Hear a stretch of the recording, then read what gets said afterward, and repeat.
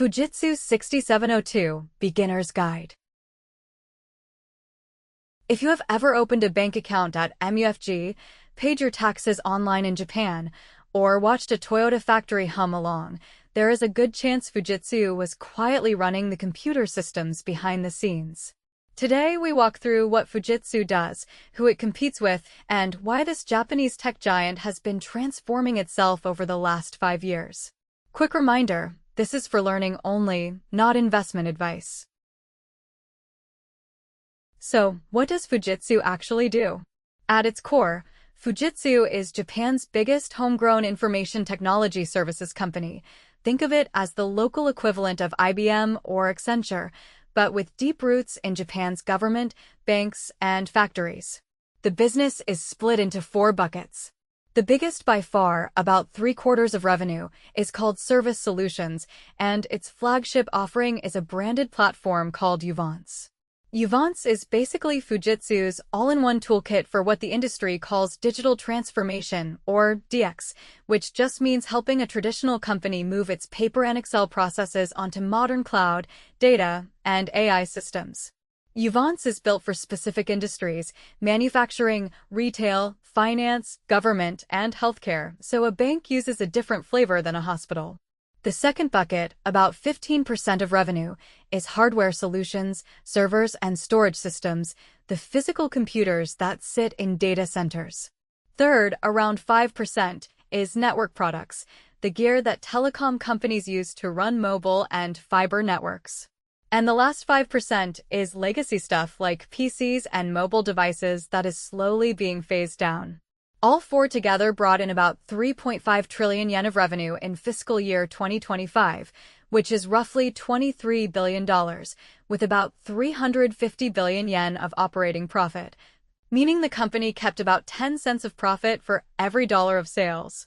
To picture the flow, Fujitsu buys cloud capacity from Amazon, Microsoft, and Google, semiconductors from Intel, AMD, NVIDIA, and Renesas, and software from SAP, Oracle, and Microsoft.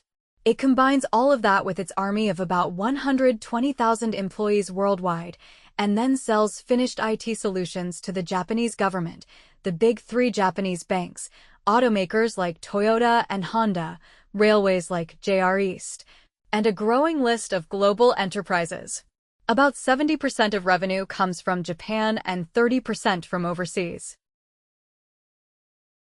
So, who does Fujitsu compete with, and how does it win?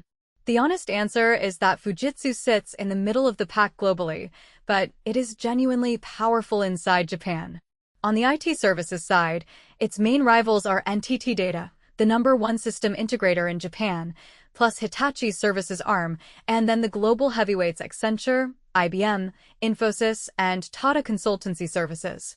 In hardware, it bumps up against Dell, HP, Lenovo, and Japan's NEC.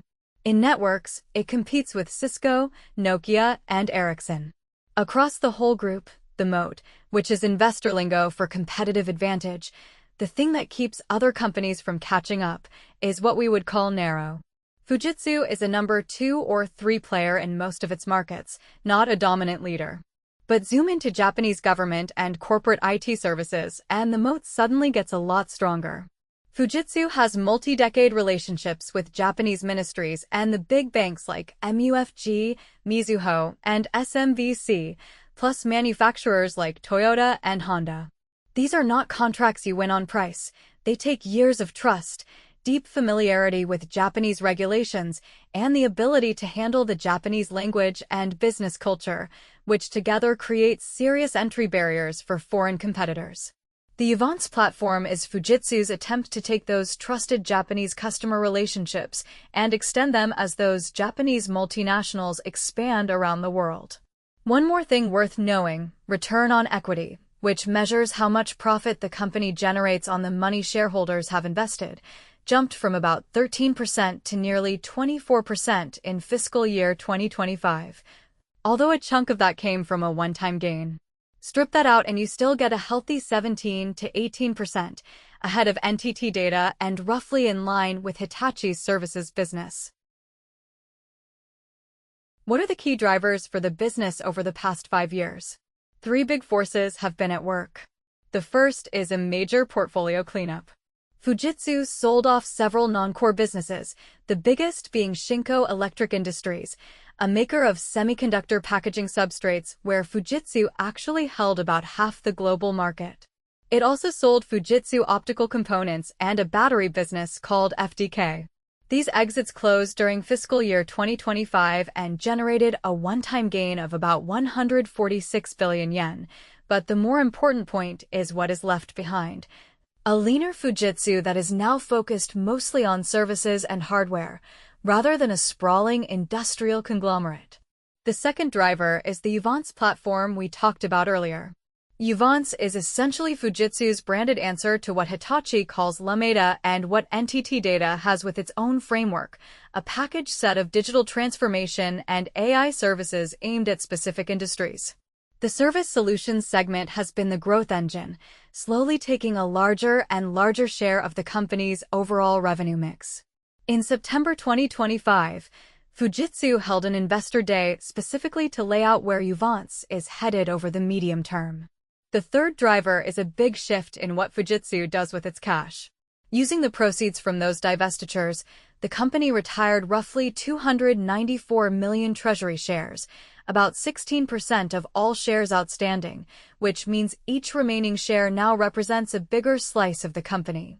The dividend per share has gone from 28 yen to 50 yen to 55 yen over 2 years, almost doubling. The cash pile roughly doubled to about 450 billion yen, the equity ratio, the share of the balance sheet funded by shareholders rather than debt, climbed about 10 percentage points to nearly 60%. And Fujitsu announced a fresh buyback in April 2026, so the pace continues.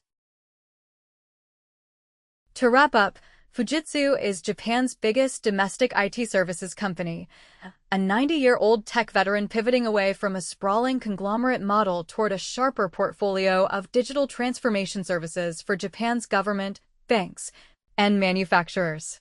As a learner, the thing to watch is how the Uvance platform grows from here, because that is where the company is betting its future.